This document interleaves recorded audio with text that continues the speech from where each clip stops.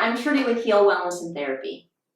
My top 10 tips for desk workers. Here we go. Tip number 1, and by far the most important tip I can give you as a physical therapist. Move. We know that as a desk worker, you are choosing sitting, or you are choosing standing, or you're choosing a combination of both. But you still need to step away from the desk and move. My advice, select an app on your phone, if you've got one of these things, which is anything from a smartwatch to a Fitbit to any sort of device that's going to allow you to have a little bit of kinesthetic awareness, time to move, use it. If not, something as simple as a sticky note on your computer screen that says, move 5 minutes every hour is absolutely necessary. Unfortunately, working at a desk keeps you inactive. What you don't want is gradual weight gain with aging merely because of the profession that you chose. Tip number 2. If sitting is your preference, then a good chair. The quality and the cost, not so much the important thing here, but there are components to your chair relative to you that are important to have. 1, if you are a sitter when you're at your desk, it is imperative to have a chair that the arms actually rotate and move, so that when you are at your desk and moving, you can change and have support on your elbows at all times. 2, 75% or 3/4 of your leg need to be in contact with the chair. So the depth of the chair that you buy is dependent on your height. My advice, 2 to 3 finger breaths, make sure that you can fit that between the back of your knee and the front of the chair. Relative to the height of the chair, that's relative to the height of you. My advice with height of chairs is to speak to a professional that sells chairs if it is a concern for you. Generally speaking, for my clients, I advise them to have a chair height to at least support their shoulder blades.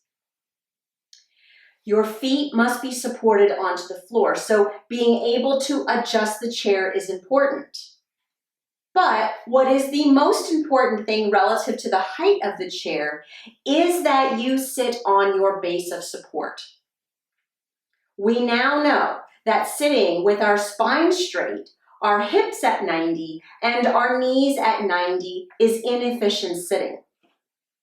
Instead, have yourself in a supported sitting position with your low back supported against the back of the chair and your hip angle approximately 100 degrees, give or take, so that as you're sitting, you have weight through your pelvis to your pelvic floor, all the way down to the base of support of your feet.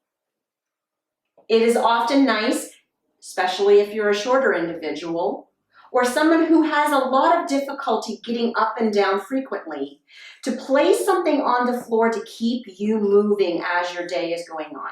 Foot rockers work really well for that.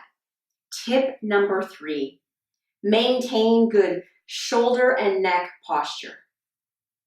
The trick and the most important way to make this happen, maintain your shoulder blades in contact with the back of the chair and keep your elbows supported. When you let your shoulder blades come off the chair, the neck will fall forward. When your elbows are unsupported, the shoulders will roll forward. If you always focus on your shoulder blades contacting your desk chair and your elbows staying supported, shoulder and neck posture, the majority of the problem will be solved. Tip number 4, desk height. Most of us don't have the fortune of being able to have a desk that you select a button and the desk goes up and down. If you are at a fixed desk height, make the desk height and your chair height match so that when you are sitting, your elbow is at 90 degrees or slightly open. Tip number 5, limiting eye strain. Make sure that you use directional lighting. What that means is rather than having a brightly lit room, have the light directionally on your work surface. Relative to the light coming from your screen, reduce the brightness to diminish the amount of blue light that is contacting your eyes all day long. If you wear glasses or if you wear bifocals, I encourage you to reach out to your optometrist or healthcare professional regarding the idea of computer lenses or glasses. They are often beneficial for individuals to use consistently at a set height or length away from their computer screen. Finally, the 20-20-20 rule. Best advice to limit and reduce eye fatigue by the end of the day.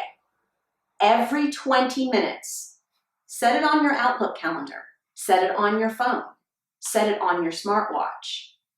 Every 20 minutes, take 20 seconds to stare at something 20 feet away from you. Tip number 6, your monitor. A couple of rules if you have a single monitor that you use. Have the monitor so that the keyboard lines up to the center of the monitor. As well, allow the monitor to be about an arm's length away from your eyesight. Also, make sure that if you see where your eyes are relative to the monitor, that the eyes are at about the 2/3 marker up your monitor. Now, what if you use more than one monitor?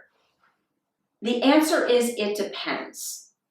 If you use multiple monitors but you have one main monitor, have that monitor be the centered monitor so that less time is spent having your head in a full rotation position. However, if you have 2 monitors that you use regularly and at about the same frequency, allow your 2 monitors to be angled so that the center of the 2 monitors are fixed at the center of your keyboard so that you are minimizing head and neck rotation throughout your day. Tip number 7, your mouse. Make sure that your mouse is being used with your elbow, not your wrist. What I mean by that is, if your elbow is supported as you're moving your mouse, move the mouse around with the use of your elbow. Don't fix your elbow and move the mouse around with your wrist. One really important way to prevent carpal tunnel and repetitive strain injury. Also, keep the mouse as close to you as possible. Even if you have a keyboard drawer with a mouse, have it as close to your body as possible so that you're not reaching and overstraining through your neck and your shoulder. Finally, relative to a mouse. We used to think that mouse pads that had gel and padding were effective. But actually, if your elbow is supported and you use any sort of padding, it will compress the nerves in your wrist. So avoid any of those fancy little mouse pads that have additional gel. You don't need them. Tip number 8, it's all about a laptop. Now, I can't think of something that's more inappropriately named than a laptop, because the bottom line is never use a mobile computer on your lap.